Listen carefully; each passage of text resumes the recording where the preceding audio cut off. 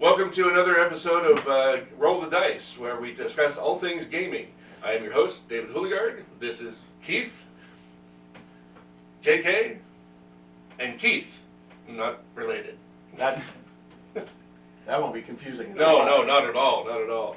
Today's topic, we're going to be talking about the play type preference, whether or not it's an open world or dungeon crawl or one-shots. So let's start the topic. Open world versus sandbox. Let's go with that first. I know what we tend to prefer. Well, what do we tend to prefer? Open world. Open world, absolutely. I like sandbox. I like to be able to let the players go wherever they want to go. Of course, that makes it a lot harder on the GM, but I think it's a more rewarding game style. I don't know. What do you think?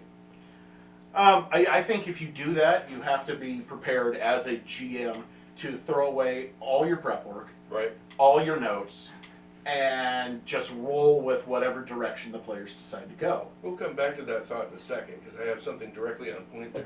Keith, what do you think? Oh, it's always open world. Always open world? Oh yeah, that makes Okay. it so much better for role playing and But- just trying to explore the world instead of saying you're going this direction. You need to Right. stay on this direction. Well, it's harder for beginning GMs. Also, Oh, yes. yeah, absolutely. I wouldn't recommend it for a GM that hasn't gamed for at least a year, I would say. I would disagree Okay. with what Okay, Keith what just he said. said. All Yeah. right. So Keith, what do you disagree about? What I disagree about, I don't think it always makes it better, and I don't think it's always easier to role play. You can have a great game that is completely on rails. You're you're in a three-sided canyon. There's only one way out. Yeah. Story speaking, Right. and I don't think that necessarily limits creativity or gameplay. As a matter of fact, I would say that creativity is better with boundaries than it is without it. I can see where you're coming from with that. I'm not sure I always agree with that. But it makes sense. If you're doing a dungeon crawl and you have the mission to retrieve the magic ring or whatever, right? You have a goal and there's a way to get there. It doesn't make the game worse. It's Right. just very It's linear. just linear. It's yeah. what were you saying? You had another thought. I did, and now it's gone. All right. Well, you're not alone in that. But Um, we never do the linear way. I mean, you We will. I'm going to throw a linear game at you guys first. Actually, no. Right now, we're doing a linear game. You're doing Pythoni's House from the Tola system by Money Good Games, and that was very much a linear thing. You get into the castle keep, you explore. You fight the bad guys, you get out. Right. get the With whatever special you're supposed to discs have. and find the way to lower the Then, barrier so yep, you can leave. it's a right, very right. linear thing. That's not the sandbox. The And that game sandbox is fun. is Tolas, Yeah. City by the Spire by Money Good Games. And that is 800 pages of source material for a sandbox. Well, this map behind you is It's this a city. city, It's right? massive. City of You can go 150,000 any people, direction. high magic, high fantasy, and yes, you can go any direction. The 4 campaigns that I'm running in the Is that Tola all? system, is that all? 6 hours later, we finally got it done, Oh, absolutely. And then, so back to my series of definitions, and then from the one shot I go to the short-term campaign. Right.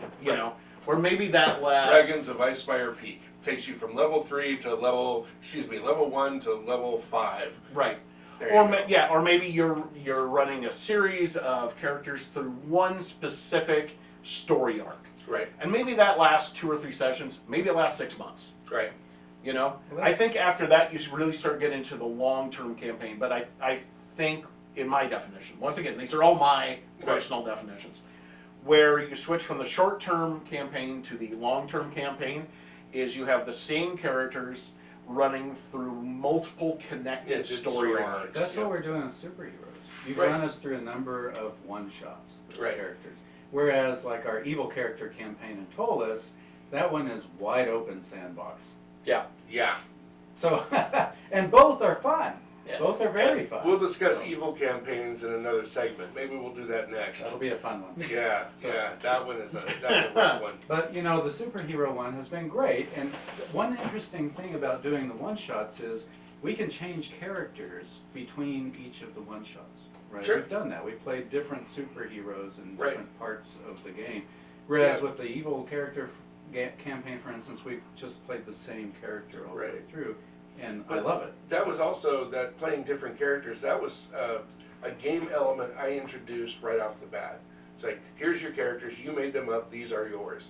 But here's 9 other player characters, right? 9 other superheroes that you can play, that you can bring in, and they don't gain experience unless you play them, but they can be useful to the overall story of And boy, the were they. campaign. Yeah, yeah, absolutely. Right?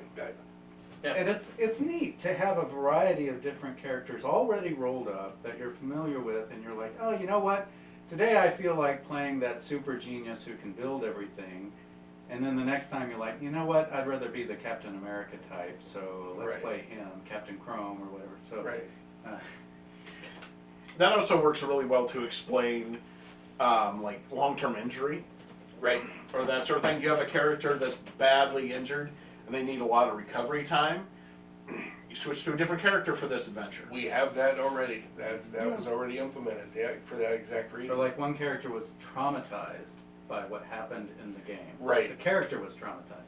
And he needs time to sort things out in his head, right? Right. Okay, time to play another character for a little while Yeah, he right. sorts Yeah, himself right. out. Yep. Yep. And the neat thing about the superhero genre is you don't have to take it really serious. It's a superhero campaign, right? Granted, this one is run more like The Boys than the Justice League. That's on you. know, That that is is, everybody else. I confess, I'm guilty, yes. It's not my fault you ripped the arm off a little girl while trying to rescue her. It's definitely your fault. We're at 20. Okay. Well, that finishes this topic, I think. Is there any last comments? Keith, anything? No, I think we touched everything that I want to talk about. All right, Keith, how about you? Last comment, I just want to reiterate that I think that linear on the rails campaign and a sandbox campaign is a spectrum. Right. I don't think any one game is purely on Right. one end of that spectrum or another. I think any game is along that spectrum at One other on comment. some point. Right. Game systems. Do some game systems lend Well- themselves more to one-shots or? We'll discuss that one in our next segment. Short answer, yes. Short answer is yes. Yeah, all in all, if you're having fun, there's no wrong answer, right? If you have fun with one-shots, do one-shots. And then you can sample all sorts of things in different one-shots. If you like open campaigns, go for open campaigns. Sandboxes are much, much harder to run for the GM, so be gentle to your GMs. So that's it for this episode of Roll What the do you Dice. think? Oh, right, yeah, what do you Leave a think? comment. Leave- See, how do you play? Right? Yeah, leave a comment for us. We'll answer every comment that you put out there. And please share our videos. Please remember, if you are looking for a professional game master, go to startplaying.games or go to rollthedice.org. It's ROLEDICEORG. No, sorry, roll the dice. Never mind. And book me. We'll happy to run a game for you. It's worth it. Have a great day.